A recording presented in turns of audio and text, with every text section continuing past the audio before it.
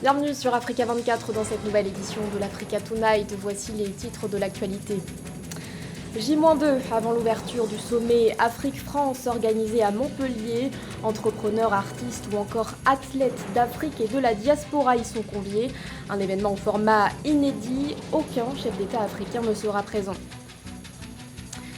Les tensions restent vives entre le Mali et la France. L'ambassadeur de la France au Mali a été convoqué par le ministère malien des Affaires étrangères. Une convocation en réponse aux propos du président français énoncés ce mardi. Et puis l'échec des discussions autour de la nomination du futur président de la CENI en République démocratique du Congo. Les confessions religieuses avaient jusqu'au 4 octobre pour trouver un consensus.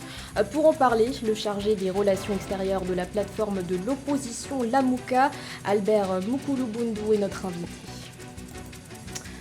Mais tout d'abord, un nouveau gouvernement pour l'Éthiopie. La composition de cette nouvelle équipe dirigeante a été dévoilée ce mercredi, soit 2 jours après l'investiture du Premier ministre Abiy Ahmed. Elle est constituée de 22 membres, parmi eux figure un Tigréen. Abraham Bellé, originaire de cette province située au nord de l'Éthiopie, occupe désormais le poste de ministre de la Défense. Considéré comme un proche du chef du gouvernement, il avait déjà occupé la fonction de ministre de l'Innovation. C'est désormais Belete Mola, président du NAMA, qui prend les rênes de ce ministère, une nomination qui provoque la surprise dans la mesure où il s'agit du principal parti d'opposition dans la région du Tigré. Montpellier abritera le 8 octobre le 28e sommet Afrique-France, un rendez-vous qui se présente sous un format en quelque sorte inédit. Aucun chef d'État africain n'a été convié. Son enjeu, donner la parole à la jeunesse africaine et française. Un événement important pour le président français Emmanuel Macron qui dit vouloir réinventer le lien avec celles et ceux qui incarnent le continent africain. Corinne Kamdem. Après 2 reports liés à la pandémie de coronavirus, le 28e sommet Afrique-France aura finalement lieu du 7 au 9 octobre à Montpellier en France. Cette édition 2021 aura un format inédit. Aucun chef d'État n'a été convié. Le dialogue avec les acteurs de terrain, entrepreneurs, artistes, militants de la société civile a été privilégié pour cette édition 2021. Une rupture dans la méthode qui, selon la présidence française, a pour objectif de mettre la France en phase avec les acteurs du changement en Afrique. Citoyens debout et solidaires Centrafrique va à ce sommet avec 3 messages essentiellement à faire passer qui s'adressent non seulement à la France, mais à tout partenaire de l'Afrique. 1. Il est temps que le dialogue soit un dialogue non seulement avec nos gouvernements, mais avec les forces vives de nos sociétés. C'est la condition pour que soient entendues les vraies aspirations des Africains. 2.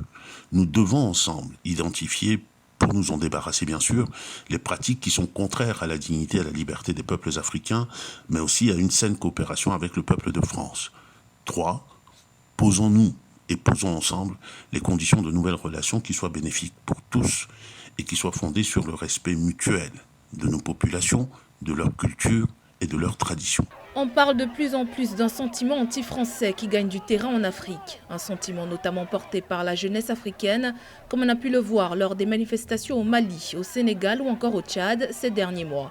La jeunesse africaine réclame de nouvelles relations bénéfiques pour tous et fondées sur le respect mutuel. Et pour y parvenir, l'exécutif français estime que les échanges entre la France et l'Afrique ne peuvent plus se réduire aux discussions d'État à État. En premier lieu, j'ai un peu pensé comme tout le monde que le sommet France-Afrique était une sorte d'énième événement où on dresse uniquement des constats un peu évidents. Mais néanmoins, le fait qu'il soit porté par l'historien camerounais Achille Bembe et des personnalités de la société civile africaine et diasporique, relativement indépendante et éminemment respectée, bien sûr, soulève, selon moi, un intérêt manifeste. Le choix d'écarter les chefs d'État pour être alors, disons, l'opportunité de passer de la simple phase du constat théorique à des propositions plus pratiques et surtout, d'ailleurs, opérationnelles. Sur les quelques 3000 participants, 1000 à 1200 représenteront les 54 pays africains, certains membres de la diaspora en France, les autres venus spécialement pour le sommet. Y aura-t-il un avant-après Montpellier 2021 ? Rien n'en est moins sûr, mais l'Élysée espère que cette rencontre sera un levier pour réellement transformer la relation entre l'Afrique et la France. Et par ailleurs, le chef de l'État français s'est exprimé ce 5 octobre sur la situation sécuritaire au Sahel.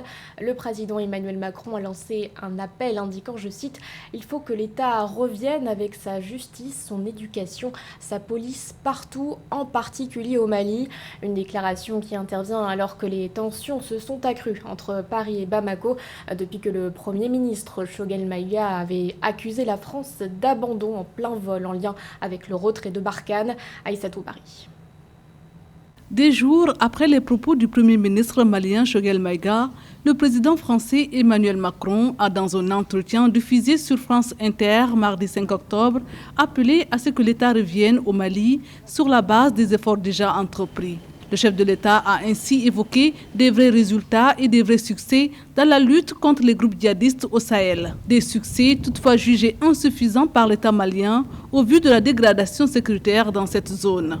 La France est dans l'intimidation à travers ses déclarations récentes, dans le cadre d'une géopolitique internationale qui est de plus en plus défavorable. À 6 mois des élections françaises, aujourd'hui, le président Macron veut aller très vite vers une droitisation de sa campagne en se rapprochant de l'extrême droite, qui pendant longtemps était hostile à sa gouvernance. Voilà.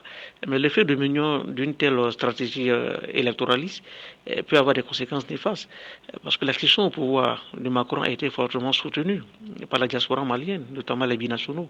Et donc il est donc évident aujourd'hui que si le Mali veut alors rétablir l'ordre, en termes de sa souveraineté, le Mali doit pouvoir engager des actions diplomatiques fortes en envisageant le rappel de son ambassadeur. Au Sahel, où elle intervient militairement depuis 2013 contre les groupes djihadistes, la France voit son influence contestée par les populations. L'éventualité d'un déploiement du groupe de sécurité privé russe Wagner pour épauler les forces maliennes est loin d'être approuvée par la France et ses partenaires. La France a d'ailleurs annoncé le retrait de sa troupe présente sur le sol malien si cela se concrétise.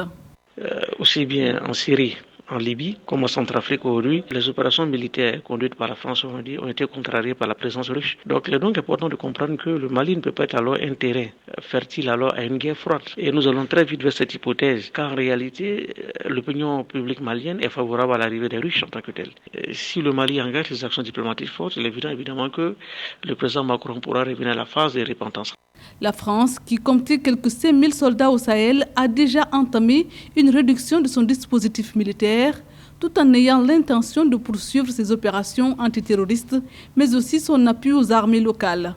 Une décision que le Premier ministre de transition Choguel Maïga avait qualifiée d'abandon du Mali par la France à la tribune de l'ONU fin septembre. Et la déclaration du chef de l'État français a aussitôt fait réagir dans les rangs du pouvoir au Mali. Le ministère des Affaires étrangères a convoqué l'ambassadeur de la France au Mali, qualifiant ses propos de regrettables et inamicaux.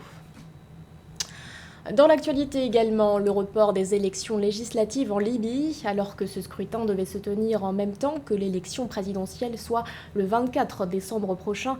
Il est finalement prévu pour la fin du mois de janvier. Une information divulguée par Abdallah Blié, le porte-parole du Parlement, lors d'une conférence de presse organisée ce mardi. La raison évoquée, la Chambre des représentants juge nécessaire l'organisation du scrutin présidentiel dans les plus brefs délais. Rappelons que le Haut Conseil d'État, qui fait office de Sénat, a rejeté la loi sur les élections législatives adoptée ce lundi par le Parlement. En République démocratique du Congo, les confessions religieuses ne sont pas parvenues à s'entendre sur le nom du futur président de la Commission électorale nationale indépendante. Les représentants religieux avaient pourtant jusqu'à ce lundi pour parvenir à un consensus. Alors que le nom de Denis Kadima est approuvé par 6 confessions, il pose problème pour le CC et la Senko. Plus de précisions dans ce sujet de Joël Ballot. Les obédiences religieuses de la République démocratique du Congo sont dans l'impasse. Sur les 8 confessions religieuses concernées par l'élection du président de la Commission électorale nationale indépendante, 6 adhèrent à l'élection de Denis Kadima, expert congolais en bonne gouvernance et élection. Cependant, les catholiques et protestants s'accordent sur le fait que Denis Kadima, quoique outillé pour ses obligations, serait un partisan du gouvernement en place. Ces mêmes raisons qui sont évoquées contre Denis Kadima, parce que toutes les confessions religieuses ont rendu publique une déclaration où ils dénonçaient les intimidations, les menaces, les tentatives de corruption du pouvoir pour que Denis Kadima soit désigné à tout prix et à n'importe quel prix. Mais curieusement, si confessions religieuses ont fait volte-face, l'Église catholique et l'Église protestante sont restés droits dans leurs bottes, cela aura pour conséquence la prolongation du délai des élections. Il peut peut-être appeler un dialogue politique pour désigner un dirigeant consensuel qui ne fera l'objet d'aucune contestation. Pour les pro-Kadima, cet expert a toutes les capacités requises pour tenir ce poste. Il déclare que s'insurger contre ce vote, c'est faire preuve d'immaturité en encourageant la haine personnelle et tribale. Des propos qui ont amené catholiques et protestants à se réunir le 4 octobre 2021 pour poursuivre les travaux visant à désigner les animateurs de la CENI sans interpeller les autres congrégations. On a trouvé le meilleur tous ensemble et unanimement. C'est quand on est arrivé à l'étape d'opérer le choix qu'il y a eu des sentiments personnels. C'est comme cela que nous disons qu'on ne peut pas encourager une haine personnelle ou tribale qui ne dit mot. Nous sommes restés dans la logique de ce qui est conséquent. Il est donc inapproprié de mettre de côté la candidature de Denis Kadima. Face à cette situation, les 6 congrégations demandent au président de l'Assemblée nationale de considérer leur rapport et de mettre fin à la mission confiée aux chefs religieux. En rappel, le président de l'Assemblée nationale avait déjà donné un ultimatum aux religieux jusqu'au lundi 4 octobre pour se mettre d'accord sur le nom du nouveau président de la CENI. Et pour en parler, nous recevons sur ce plateau Albert Moukoulou-Boundou, chargé des relations extérieures de la plateforme de l'opposition Lamouka. Bonsoir monsieur, merci d'avoir accepté notre invitation. Monsieur Moukoulou-Boundou, nous venons de le voir dans ce sujet, cette division qui persiste autour du nom de Denis Kadima, que certains considèrent comme trop proche du pouvoir. Qu'en pensez-vous ? C'est que vous venez de suivre est une réalité. Parce que M. Kadima, Denis, a été un expert chargé des questions électorales à la présidence de M. Tshisekedi. C'est tout à fait normal que les catholiques, les protestants refusent sa candidature, compte tenu de ce qui s'est passé au Congo. Vous savez, en 2006, en 2011 et récemment en 2018, le pays avait connu des élections. Et ces élections n'ont pas reflété la volonté du peuple, donc il n'y a pas eu vérité des urnes. C'est la raison pour laquelle la majorité des Congolais veulent absolument que les élections de 2023 reflètent réellement le choix du peuple. Mais la Mouka, pour nous, la question, nous l'abordons différemment de l'approche actuelle. Nous nous battons pour que la CENI soit dépolitisée. Et la politisation de la CENI découle de la loi portant organisation et fonctionnement de cette centrale électorale qui a été élaborée par la majorité qui est au pouvoir, une majorité issue de la fraude électorale de 2018. Nous avons souhaité que la classe politique se retrouve pour des réformes consensuelles. Vous avez organisé une marche d'ailleurs. Oui, donc dépolitiser la CENI avec une loi et ensuite procéder au choix de ceux qui vont diriger cette centrale électorale pour que les élections reflètent réellement la volonté du peuple. Et pour ça, le pouvoir de Kinshasa a compris que la Mouka a l'appui du peuple. Les raisons évoquées par la Mouka sont fondées. C'est la raison pour laquelle les marches pacifiques que nous avons tenté d'organiser à Kinshasa ont été réprimées et tout a été fait pour nous empêcher de peser dans ce processus. Et vous avez vu qu'ils nous ont demandé de reporter le meeting, les marches, 16 octobre. Mais nous allons le faire pour exprimer la volonté de notre peuple qui tient absolument à la transparence dans les futures élections. On va y revenir bien sûr, mais par rapport à ce blocage qui persiste, est-ce que ce sera à l'Assemblée nationale de trancher sur le futur président de la CENI ? Ah non, il n'appartient pas à l'Assemblée. Il n'y a aucune loi, il n'y a aucune disposition qui donne ce pouvoir à cette Assemblée. Je l'ai tantôt dit, cette Assemblée est issue de la fraude électorale de 2018. Pour la Mouka, il est clair, pour résoudre ce problème, il faut qu'il y ait un consensus. Ce consensus passe par la rencontre de toutes les tendances politiques pour mettre en place des réformes visant à dépolitiser la Commission électorale nationale indépendante. Sinon, ça sera les politiques qui vont mandater leurs représentants dans cette centrale électorale et ces politiques pourront faire comme ils ont fait en 2018, des arrangements en mettant de côté l'expression du peuple congolais. Et cette expérience est très amère parce qu'aujourd'hui, le pays continue à vivre la corruption, l'insécurité qui est caractérisée par un génocide qui se passe à l'est de la République démocratique du Congo, sous silence, personne n'en parle. Et donc nous nous battons pour que nous ayons des dirigeants élus par notre peuple, qui ont la légitimité, qui peuvent résoudre les problèmes de la corruption, le problème des guerres à l'est de la République démocratique du Congo, et surtout le pillage des ressources de la République démocratique du Congo par les États voisins. Alors par rapport à cette nouvelle marche qui va mobiliser vos partisans, quel est le message que vous souhaitez faire passer et qu'est-ce que vous attendez de cette marche? Qu'est-ce que vous espérez? Le message, il est simple. Nous voulons communiquer autour de la dépolitisation de la CENI. Nous voulons communiquer contre la fraude électorale en cours. Nous voulons aussi dire non au glissement, le glissement du calendrier électoral. Nous ne voulons pas que les élections se fassent ou s'organisent tel que le pouvoir tente de le faire au-delà de 2023. Nous voulons que le délai constitutionnel soit respecté, raison pour laquelle nous continuons à demander et à exiger que les tendances politiques de la République démocratique du Congo se retrouvent plus ou moins en 1 ou 2 semaines. On pourra mettre en place des lois qui vont dépolitiser cette CENI, qui permettront au peuple d'aller aux élections, des élections que nous voulons transparentes, libres, démocratiques et inclusives. Monsieur Mukulu Bundu, un mot à présent sur la situation sécuritaire dans l'est de la République démocratique du Congo, comme vous l'avez évoqué. Depuis le 6 mai dernier, un état de siège est instauré dans les provinces de l'Ituri et du Nord Kivu. Au mois d'août, les experts du baromètre sécuritaire du Kivu avaient indiqué que depuis sa mise en place, près de 500 civils avaient été tués. Est-ce qu'on peut en parler d'échec? C'est un échec. On est déjà au-delà de 500. On a plus ou moins 1000 personnes tuées. Je crois que le pouvoir en place, qui a essayé de mettre en place cet état de siège, doit se rendre compte, après évaluation, que l'état de siège a échoué. Il faudrait rapidement mettre fin à cet état de choses parce que les populations de l'Est de la République démocratique du Congo sont privées de liberté. Quand nous essayons d'organiser des marches pacifiques, des actions visant à faire passer nos messages à travers tout le territoire national, eh bien, nos frères et sœurs du Kivu, donc des Lituri, sont privés. Ils ont des militaires, ils ont des policiers comme responsables. Donc l'état de droit n'existe même plus dans ces territoires qui sont victimes de l'occupation des États voisins comme le Rwanda et l'Ouganda, qui sont à la base de l'insécurité à l'est de la République démocratique du Congo. Donc pour nous, une solution globale passe par la dépolitisation de la CENI, les élections qui vont conduire des dirigeants qui ont la légitimité. Et une fois qu'on a la légitimité, ces questions seront résolues. Merci, Monsieur Albert Mukulu Bundu, d'avoir répondu à nos questions. Je rappelle que vous êtes le chargé des relations extérieures de la plateforme Lamuka. Merci.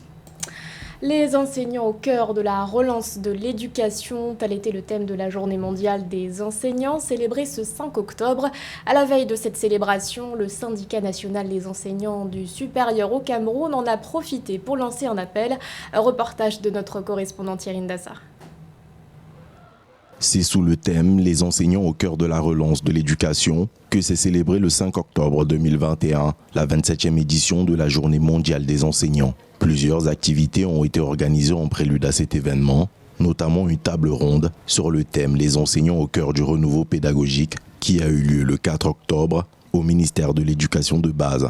En cette journée dédiée au corps enseignant, le SINES, le syndicat national des enseignants du supérieur, appelle à une valorisation du secteur de l'éducation de base au Cameroun.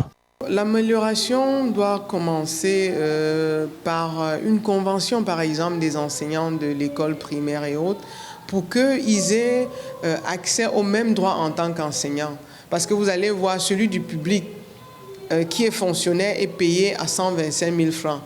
Celui qui est au privé ne touche même pas la moitié de ce montant-là. Parce qu'il y a des écoles ici où les enseignants gagnent 20 000 francs, 25 000, 30 000, 35 000. Selon la porte-parole du syndicat national des enseignants du Cameroun, le statut des enseignants des niveaux primaires et maternels devrait être reconsidéré en raison de leur rôle stratégique dans l'éducation et la formation des enfants. J'insisterai ici sur le statut des enseignants du primaire et maternel parce que ce personnel enseignant constitue pour moi la fondation de l'enseignement. Si à ce niveau-là, ces enseignants vivent essentiellement dans la précarité, il est difficile pour eux de produire des enseignements ou des enfants ayant des capacités à se prendre en charge lorsqu'ils arrivent au niveau du secondaire. La question du sous-effectif du corps enseignant se pose toujours avec acuité au Cameroun, notamment dans les secteurs maternels et primaires.